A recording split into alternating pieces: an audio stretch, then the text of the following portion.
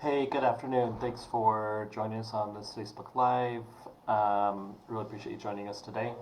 Today we're going to be talking about um, how well we know our customers, and not only how well we know our customers, but do we know how to communicate with our customers, and do we know the most effective ways in engaging with them and talking to them, and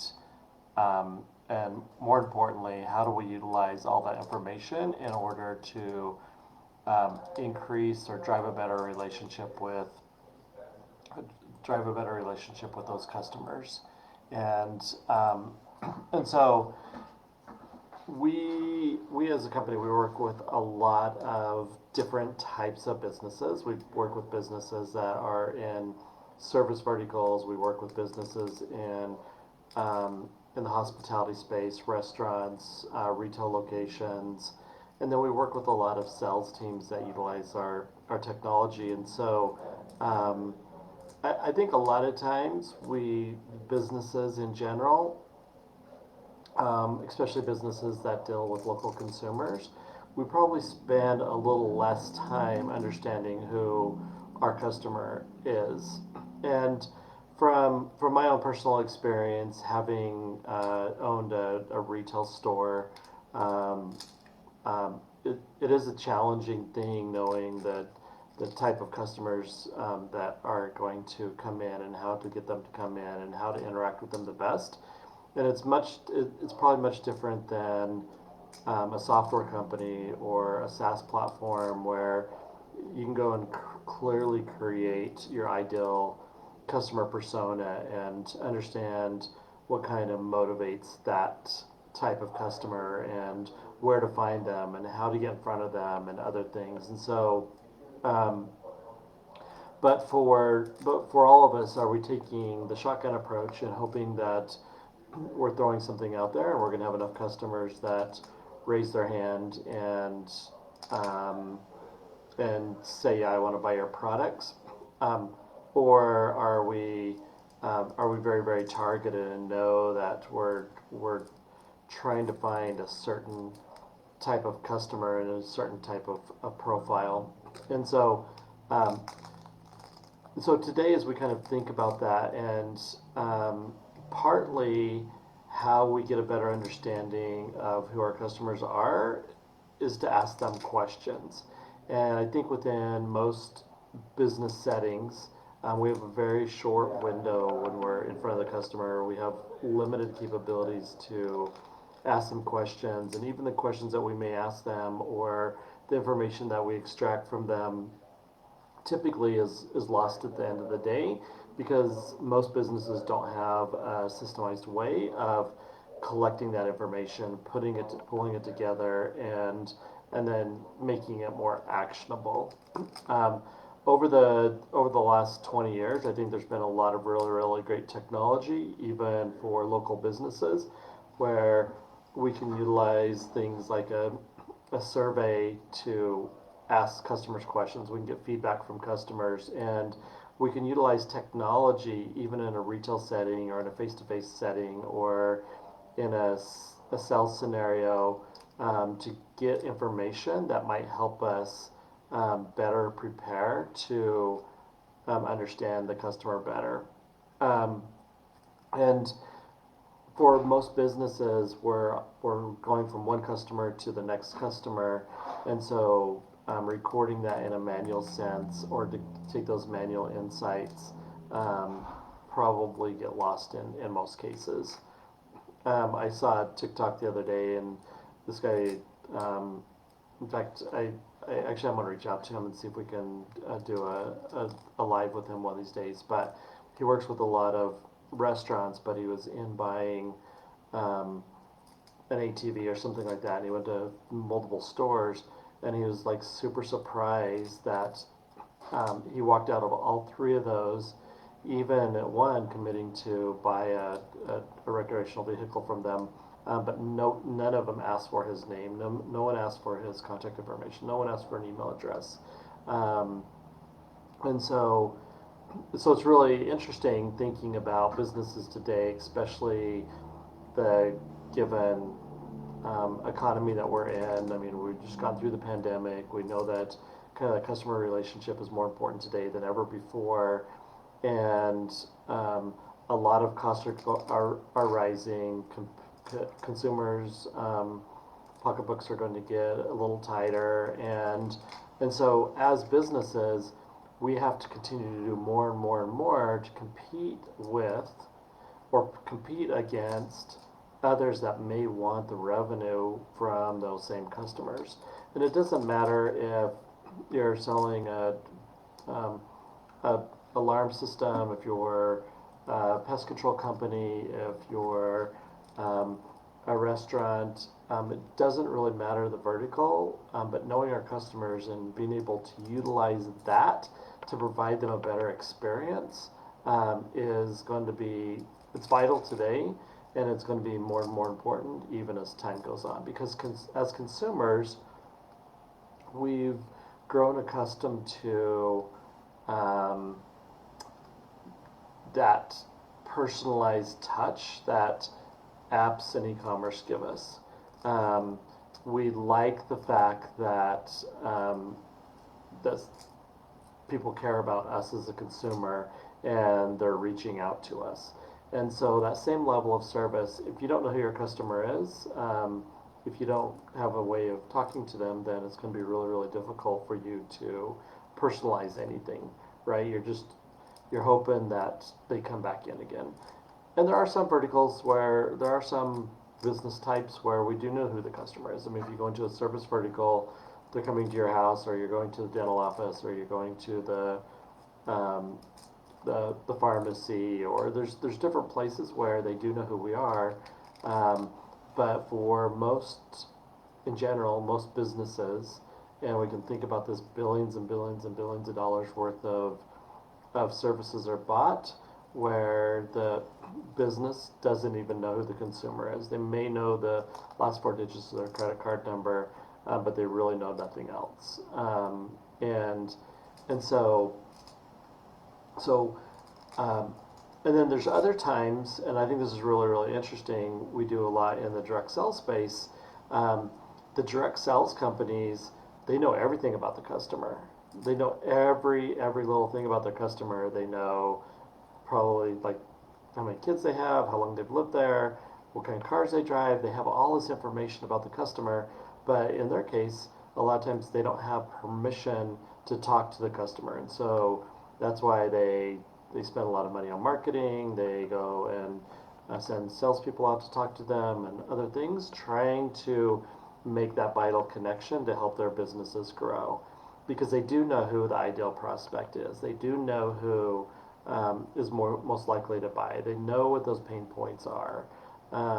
If we have rising energy costs, rising heating costs, then rising electrical bills, then is a really, really good time to help someone put solar in their house to lower those costs. So I mean, there's wherever we're at. I mean, if it's there's incentives, all types of different incentives that can get consumers to act. And so in a lot of cases, they really, really know who the customer is, but they don't have permission.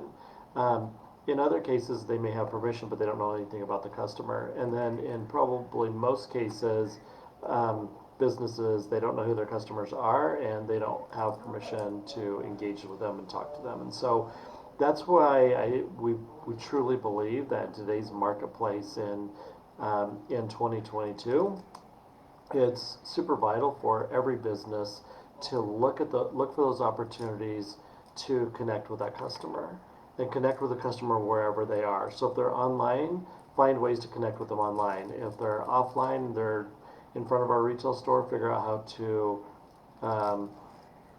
connect with them when they're in front of our store, when they're in our store, when they're standing in front of them, when we're in their house putting in a new water heater. Whatever the case might be, there are all these really, really awesome connection points.